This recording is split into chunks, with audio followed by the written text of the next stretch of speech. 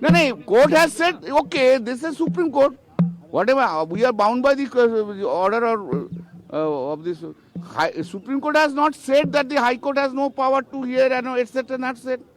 Supreme Court has said larger issues are there, we'll hear. Let them hear, I wouldn't mind. Bangla में brief कर दीजिए कि आपका क्या रिएक्शन आपको हिंदी इंग्लिश हो गया ना ना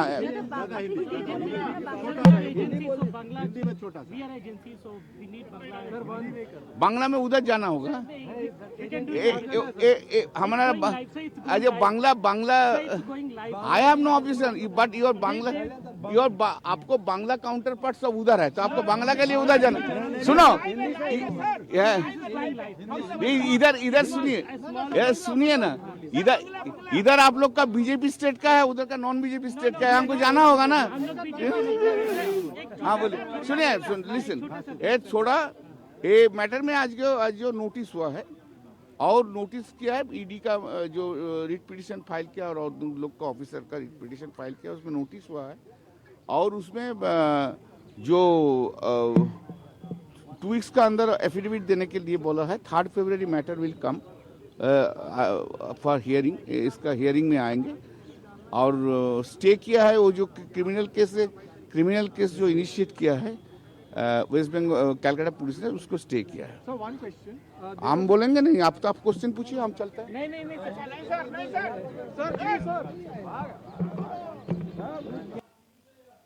কল্যাণ বন্দ্যোপাধ্যায় তিনি বক্তব্য রাখছিলেন আইনজীবী কল্যাণ বন্দ্যোপাধ্যায় সব আজকে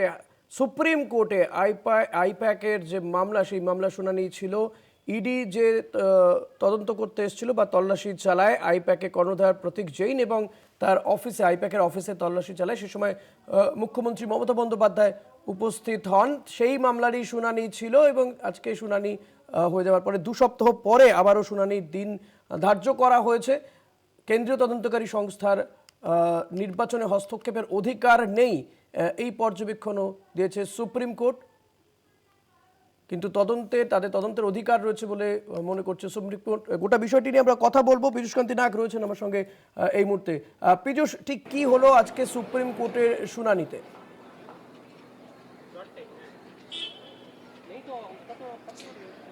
দেখো যেটা নিয়ে প্রশ্ন উঠেছিল যে এনফোর্সমেন্ট ডাইরেক্টরেটের করা 2টি মামলা আদৌ গ্রহীত হবে কিনা সুপ্রিম কোর্টে না সেটি কলকাতা হাইকোর্টে ফেরত আসবে সুপ্রিম কোর্ট কিন্তু মামলার গ্র্যাভিটি অনুযায়ী এই মামলাটি গ্রহণ করলো সরাসরি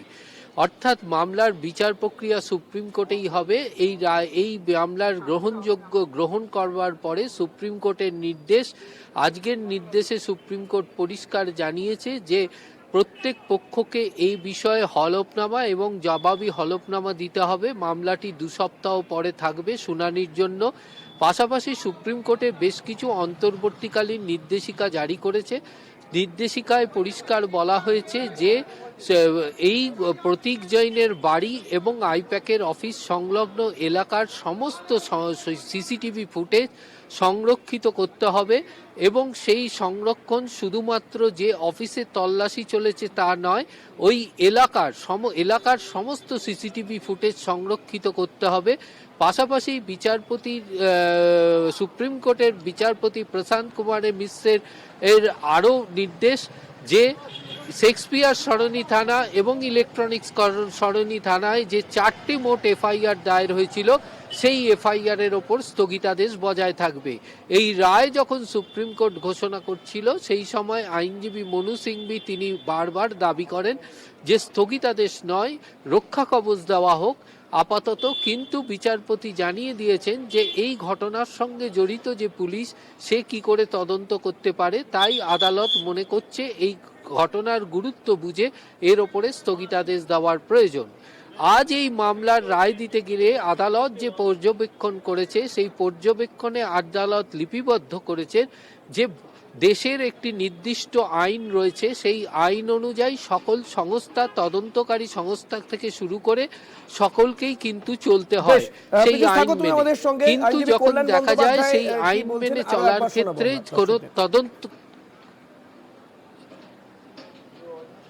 কোনো তদন্তকারী সংস্থা evidence which has been taken by in this statement is 21st February 2024. Thereafter, he was sleeping altogether. Now, when the election is forthcoming, then he was jumping upon. ED is jumping upon. That is also the question, now. And it has also been said that if it is a property of the any political party, then it should not be touched, or other expression, whatever it may be. बंगला में brief कर दीजिए No, court has said, okay, this is Supreme Court. Whatever, we are bound by the order of this. Supreme Court has not said that the High Court has no power to hear, and etc. Not said. Supreme Court has said larger issues are there, we'll hear. Let them hear, I wouldn't mind. बंगला में brief कर दीजिए कि आपका क्या reaction आपको Hindi English हो गया ना ना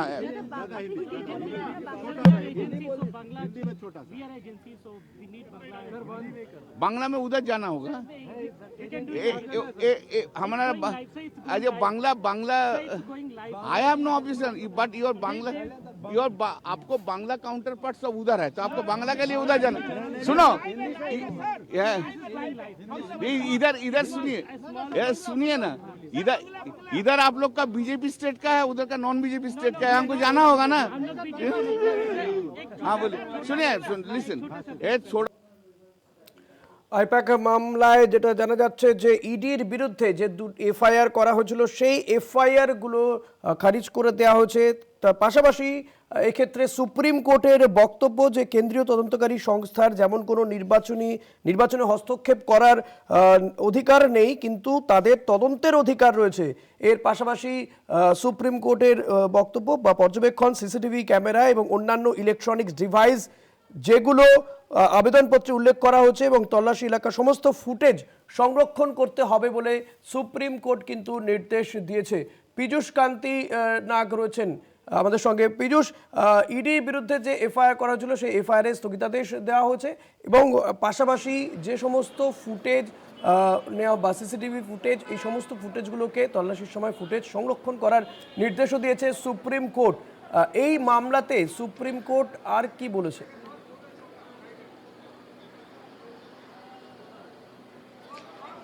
দেখো আজকের যে তুমি যে নির্দেশের কথা বললে এই রায় হচ্ছে অন্তর্বর্তীকালীন রায় অর্থাৎ সুপ্রিম কোর্ট মূলত সব পক্ষকে হলফনামা জমা দেওয়ার নির্দেশ দিয়েছে তাদের অবস্থানগত অবস্থা জানিয়ে সেই হলফনামার জন্য 2 সপ্তাহ সময় নির্দেশ দিয়েছে 2 সপ্তাহ পর এই মামলাটি পুনরায় শুনানির জন্য উঠবে তবে এই রায় দিতে গিয়ে সুপ্রিম কোর্ট কিছু পর্যবেক্ষণ যেমন করেছেন পাশাপাশি সুপ্রিম কোর্ট একটি অন্তর্বর্তীকালীন নির্দেশিকাও জারি করেছে অন্তর্বর্তীকালীন নির্দেশিকায় সুপ্রিম কোর্টের নির্দেশ যে প্রতীক জৈনের বাড়ি এবং আইপ্যাকের অফিস সংলগ্ন যে সমস্ত সিসিটিভি ফুটেজ রয়েছে অফিসের ভেতরে সিসিটিভি ফুটেজ এবং ওই এলাকার যে সমস্ত সিসিটিভি ফুটেজ তা সম্পূর্ণভাবে সংরক্ষিত করতে হবে দ্বিতীয় অন্তর্বর্তীকালীন নির্দেশ যে এনফোর্সমেন্ট ডাইরেক্টরেটের অফিসারদের বিরুদ্ধে যে 4টি এফআইআর দায়ের হয়েছে দুটি ইলেকট্রনিক্স কমপ্লেক্স থানা এবং 2টি শেক্সপিয়ার সরণি থানা এই 4টি এফআইআর এর ওপরে অন্তর্বর্তীকালীন স্থগিতাদেশ বজায় থাকবে তবে সুপ্রিম কোর্ট পর্যবেক্ষণ করতে গিয়ে কিন্তু বেশ দুটি পর্যবেক্ষণ করেছে এক সুপ্রিম কোর্ট তার পর্যবেক্ষণে বলেছেন যে এনফোর্সমেন্ট ডাইরেক্টরেটের যেমন নির্বাচন সংক্রান্ত বিষয়ে কোনো রকম হস্তক্ষেপ করার অধিকার তাদের নেই তেমনি পাশাপাশি যদি কোনো মানি লন্ডারিং এর অভিযোগ তারা পান বা তাদের কাছে সেই ধরনের কোনো তথ্য এসে থাকে তাহলে সেই মানি লন্ডারিং এর উপযুক্ত প্রমাণ খুঁজে তা উপযুক্ত তদন্ত করার অধিকার তাদের রয়েছে পাশাপাশি সুপ্রিম কোর্টের আরও পর্যবেক্ষণ যে ভারতবর্ষের নির্দিষ্ট আইন রয়েছে সেই আইন কিন্তু সকলকেই মেনে চলতে হয় যেমন সাধারণ মানুষকে মেনে চলতে হয় তেমনি তদন্তকারী সংস্থাকে মেনে চলতে হয় তদন্তকারী সংস্থার জন্য নির্দিষ্ট আইন বলবৎ রয়েছে অর্থাৎ তদন্তকারী সংস্থা যদি কোথাও তাদের আইন অনুযায়ী কাজ করতে গিয়ে বাধাপ্রাপ্ত হয় তাহলে সেই অঞ্চলের আইন শৃঙ্খলা নিয়ে প্রশ্ন এসে যায় এমনটাই মন্তব্য এবং পর্যবেক্ষণ সুপ্রিম কোর্টের বিচারপতি প্রশান্ত কুমার মিশ্রের এরপরেই সুপ্রিম কোর্টের এই মামলার শুনানি চলাকালীন এনফোর্সমেন্ট ডাইরেক্টরেটের মামলার গ্রহণযোগ্যতা নিয়ে প্রশ্ন তোলা হয়। মূলত এনফোর্সমেন্ট ডাইরেক্টরেটের কাছ থেকে দাবি করা হয় যে পরিস্থিতির অবাঞ্ছিত পরিস্থিতির সৃষ্টি হয়েছিল তা খুবই ভয়ঙ্কর। তার কারণ এনফোর্সমেন্ট ডাইরেক্টরেট একটি মানি লন্ডারিং অর্থাৎ কয়লার সংক্রান্ত বিষয়ে মানি লন্ডারিংয়ের একটি তদন্ত করতে গেছিল, যেখানে দেখা গেছে তাদের হাতে তথ্য এসেছে যে পশ্চিমবঙ্গ থেকে গোয়ায় মানি ট্রান্সফার হয়েছে। সেই তদন্ত করতে গিয়ে তারা যে নথি পেয়েছিল তার প্রেক্ষিতেই কিন্তু প্রতীক জৈনের বাড়ি এবং অফিসে তারা তল্লাশি অভিযান চালিয়েছিল। এখানে কোনো রাজনৈতিক উদ্দেশ্য ছিল না বা কোনো রাজনৈতিক দলের নথি তাদের হস্তক্ষেপ করার অধিকারও ছিল না বা তাদের উদ্দেশ্যও ছিল না। সুতরাং তারা সেই কাজ করতে গিয়ে তারা শুধুমাত্র মুখ্যমন্ত্রী নয়, রাজ্যের ডিজি এবং কলকাতা পুলিশ কমিশনার সেখানে উপস্থিত হন এবং যখন পুলিশ কমিশনার উপস্থিত হন তাদেরকে এনফোর্সমেন্ট ডাইরেক্টরেটের থেকে বলা হয় যে রেড চলছে কোনোভাবেই যেন তা ব্যাহত না হয়, কিন্তু তা না শুনে তাদের তল্লাশি অভিযানের কাগজ এবং তাদের পরিচয়পত্র দেখতে চাওয়া হয়। এতে তদন্ত বিঘ্নিত হয়। ফলে এই তদন্ত বিঘ্নিতর ক্ষেত্রে যে প্রভাব পড়েছে, রাজ্যের মুখ্যমন্ত্রী যেখানে পরিষ্কারভাবে তিনি হস্তক্ষেপ করেছেন, এইখানে আদালত মনে করছে যে আদালতের এই দাবি করা হচ্ছিল গতকাল যখন হাইকোর্টেও মামলা ওঠে বা আজকেও যখন সুপ্রিম কোর্টে মামলা ওঠে যে এই ঘটনার সিবিআই তদন্তের দাবি ইডি পক্ষ থেকে করা হয়েছিল। এ ব্যাপারে কি সুপ্রিম কোর্টের কোনো পর্যবেক্ষণ রয়েছে?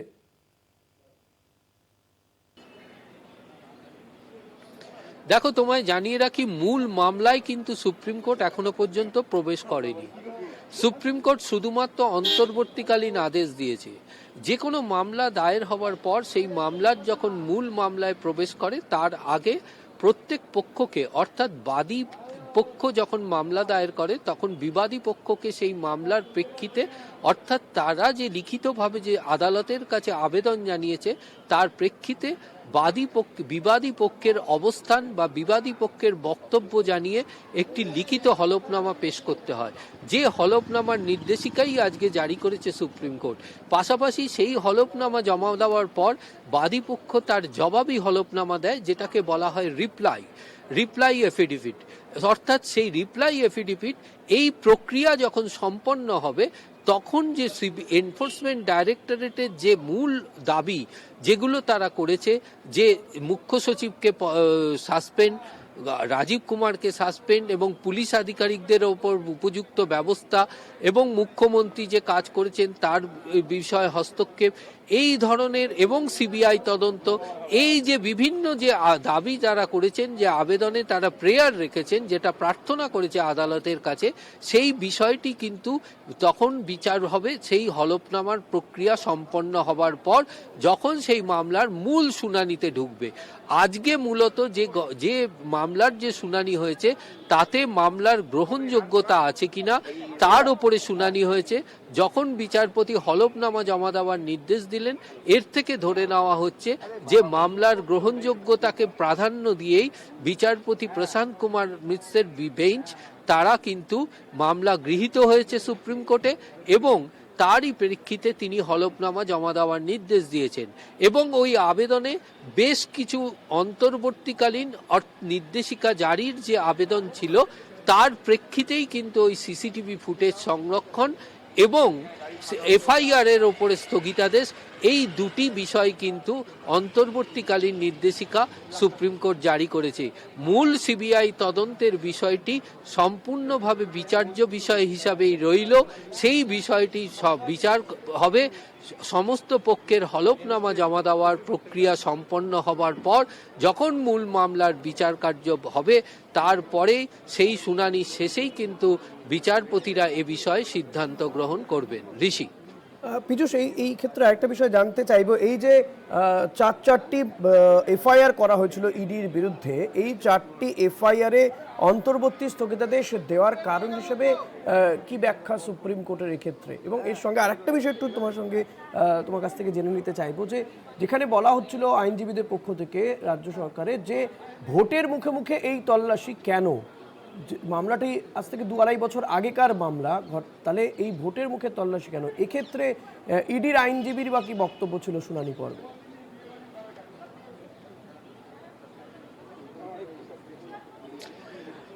দেখো, প্রথম প্রশ্ন হচ্ছে কেন এফআইআর এর ওপর স্থগিতাদেশ। এই বিষয়ে কিন্তু সুপ্রিম কোর্টের বিচারপতিরা পরিষ্কার করেছেন যে এফআইআর দায়ের করা হয়েছে, তাদের কাছে মনে হয়েছে যে এনফোর্সমেন্ট ডাইরেক্টরেট যে তদন্ত করছিল সেই তদন্ত তারা আইন মেনে করেছে, এবং তাদের যে আইনে পিএমএলএ অ্যাক্টে, অর্থাৎ মানি লন্ডারিং যে অ্যাক্ট, সেই পিএমএলএ অ্যাক্টে provision of money laundering act, সেই অ্যাক্টে কিন্তু পরিষ্কার এই সেন্ট্রাল এজেন্সিকে পাওয়ার দেওয়া আছে যে তারা তদন্ত করতে পারে। অর্থাৎ সেই তদন্ত করতে গিয়ে তারা কেন্দ্রীয় বাহিনী নিয়ে তদন্ত করতে পারে, এবং সেক্ষেত্রে চালিয়েছিল। তার যে এফআইআর দায়ের হয়েছে সেই এফআইআরটি যুক্তিযুক্ত নয় বলে মনে করেছে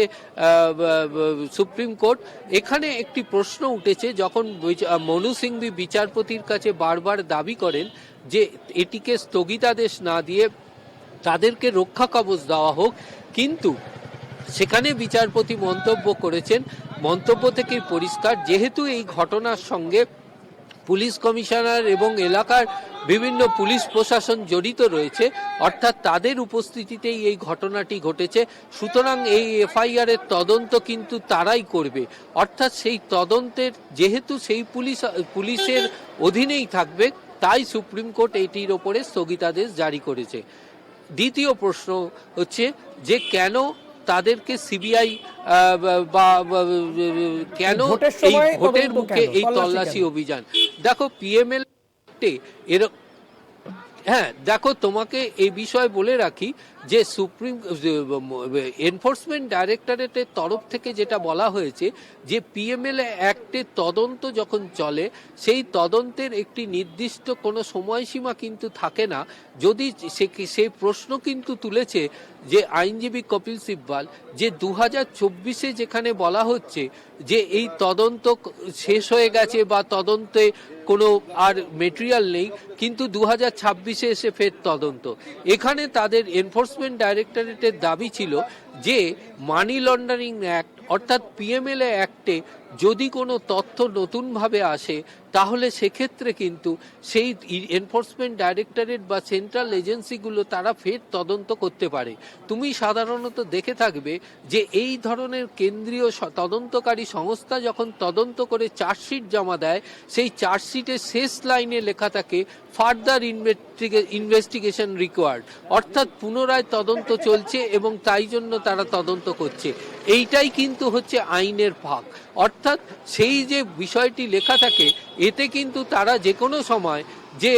তদন্ত করতে পারে সেটা কিন্তু আইনের প্রভিশন অনুযায়ী তারা পরিষ্কারভাবে সেখানে উল্লেখ করা যেতে পারে। কিন্তু পাশাপাশি তুমি যে বিষয়টি তুলছো সেটি একটি রাজনৈতিক কারণ হতে পারে, যে ভোটের আগেই সবসময় দেখা যায় যে এই তদন্তকারী সংস্থাগুলির তৎপরতা, সেই অভিযোগ কিন্তু অনু সিংভি থেকে শুরু করে কপিল সিব্বাল দুজনেই করেছেন, যে এই ধরনের ঘটনা সাধারণত দেখা যাচ্ছে যে যখন রাজ্যে ভোট আসে তখন তার আগেই কিন্তু এই তদন্তকারী সংস্থাদের তৎপরতা বিশেষভাবে চোখে পড়ে। যদি এটি দুটি দিক দেখা যায়, একটি রাজনৈতিক দিক, একটি আইনগত দিক, তাহলে বলা যেতে পারে রাজনৈতিকগত দিক থেকে যে রাজ্য এবং যে মামলার সঙ্গে বিবাদী পক্ষ তাদের যেমন যুক্তি সঠিক, আবার আইনের দিক থেকে যদি ধরা যায় তাহলে সিবিআই বা ইডি এনফোর্সমেন্ট কেন্দ্রীয় তদন্তকারী সংস্থার চার্জশিটের নিচে যে লেখা ফার্দার রিকোয়ারমেন্ট রিকোয়ার্ড, সুতরাং তাই তারা তদন্ত করছে, সেই লাইনটি অর্থাৎ সেই শব্দবন্ধ দিয়েই কিন্তু ফার্দার ইনভেস্টিগেশন করতে পারে এবং তার কোনো সময়সীমা থাকে না। তার কারণ আমরা দেখেছি, উদাহরণস্বরূপ যেমন বলা যায়, যেমন দেখো সারদা, রোজ ভ্যালি, এই যে চিটফান্ডগুলি 2012 সাল থেকে এর তদন্ত চলে আসছে, কিন্তু এখনো পর্যন্ত তার তদন্ত ক্লোজ হয়নি। একদমই। অনেক ধন্যবাদ পীযূষ। কথা বলছিলাম প্রতিনিধি পীযূষ কান্তি নাগের সঙ্গে। সুপ্রিম কোর্টে এই আইপ্যাক মামলার শুনানি ছিল এবং শুনানি আজকের মতো শেষ হয়েছে।